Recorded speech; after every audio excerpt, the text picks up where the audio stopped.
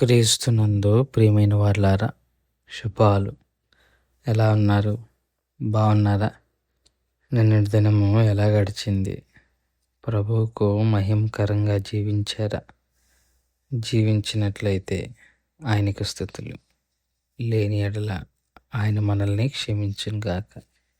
నేటి దిన ధ్యానాంశము మార్కు సువార్త 13వ అధ్యాయము 28 నుంచి 30 వచనాలు. మార్కు సువార్త 13వ అధ్యాయము 28 నుంచి 30 వచనాలు. అంజూరపు చెట్టును చూచి ఒక ఉపమానం నేర్చుకొనుడి. దాని కొమ్మ ఇంకా లేతదై చిగురించినప్పుడు వసంతకాలము సమీపముగా ఉన్నదని మీకు తెలియను. ఆ ప్రకారమే మీరు ఈ సంగతులు జరుగుట చూచినప్పుడు ఆయన సమీపముననే ద్వారము దగ్గరనే ఉన్నాడని తెలుసుకొనుడి. ఇవన్నీ జరుగు వరకు ఈ తరము గతింపదని నిశ్చయముగా మీతో చెప్పుచున్నాను. దేవుని వాక్యాన్ని మన వెనికిళ్ళు దీవించి ఆశీర్వదించునుగాక. యేసుక్రీస్తు ప్రభువారు తన శిష్యులు అడిగినప్పుడు ఇవన్నీ ఎప్పుడు జరుగుతాయి అన్నప్పుడు చాలా సుదీర్ఘమైన సమాధానం యేసు ప్రభువారు చెప్తారు. ఆ సమాధానానికి చివరి ముగింపు మాటలు ఆయన చెబుతూ అంజూరపు చెట్టు ఒక ఉపమానాన్ని తీసుకొచ్చి, అంజూరపు చెట్టు కొమ్మ ఇంకా లేతదై చిగురించినప్పుడు వసంతకాలము సమీపముగా ఉన్నదని మీకు తెలియను అంటాడు. అంటే ఏదైనా ఒక చెట్టు చూసినప్పుడు ఆ చెట్టు యొక్క చిగురింపు దాన్ని చూసి నెక్స్ట్ ఏ కాలం వస్తుందో చెప్పచ్చు. ఎందుకంటే ప్రతి చెట్టు తన తన కాలాన్ని బట్టి, అన్ని చెట్లు ఒకే కాలంలో ఫలాలనివ్వవు. ఒక్కొక్క చెట్టు ఒక్కొక్క కాలంలో ఫలాలను ఇస్తుంది. ఇక్కడ మనకు అంజూరపు చెట్టు తెలీదు కాబట్టి మనం ఏం అర్థం చేసుకోవచ్చు? మన ఉపమానం రీతిగా మామిడి చెట్టు అనుకుందాం. మామిడి చెట్టు అన్ని కాలాల్లోనూ ఫలం ఇవ్వదు, కేవలం ఎండాకాలంలోనే. అది లేతగా ఉండి దాని కొమ్మలో చిగురిస్తున్నప్పుడు ఆ చెట్టు చిగురిస్తూ ఉన్నప్పుడు వెంటనే మనకేం తెలుస్తుంది? ఇంకొన్ని రోజుల్లో ఎండాకాలం రాబోతుంది, వసంతకాలం అనొచ్చు, ఎండాకాలం రాబోతుంది అని మనం అనుకోవచ్చు.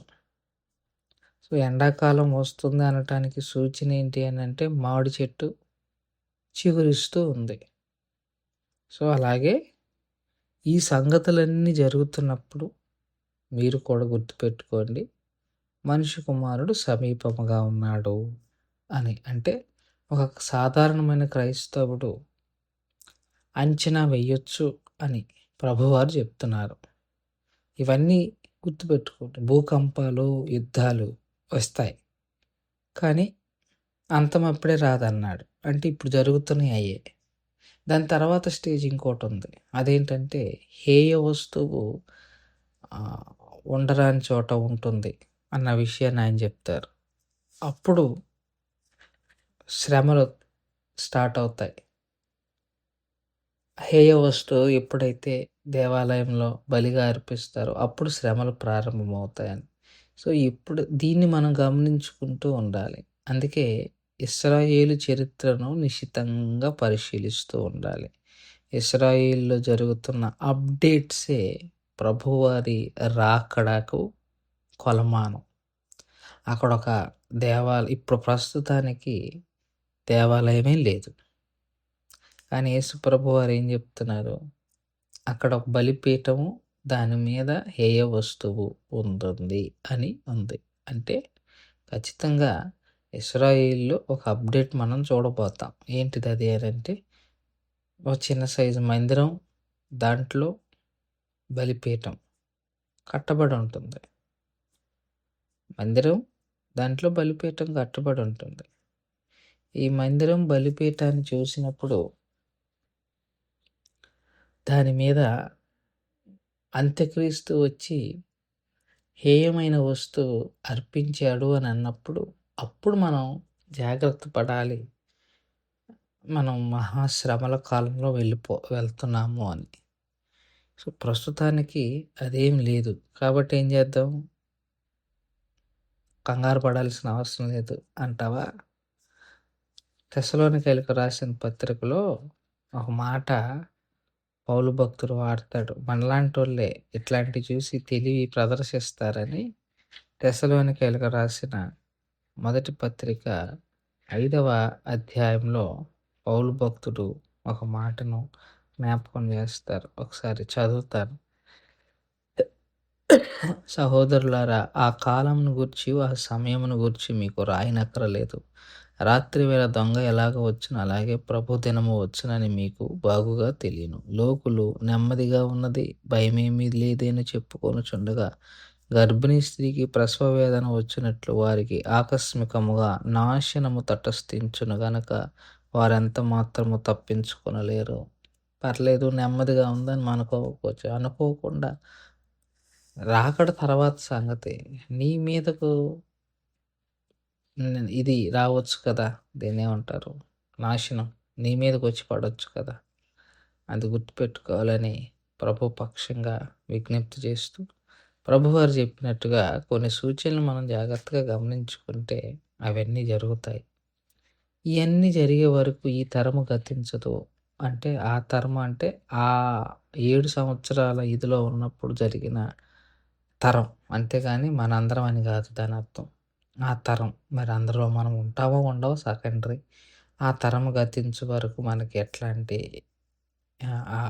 ఆ శ్రమ అనేది తప్పింపబడదన్నది ప్రభువారి మాట.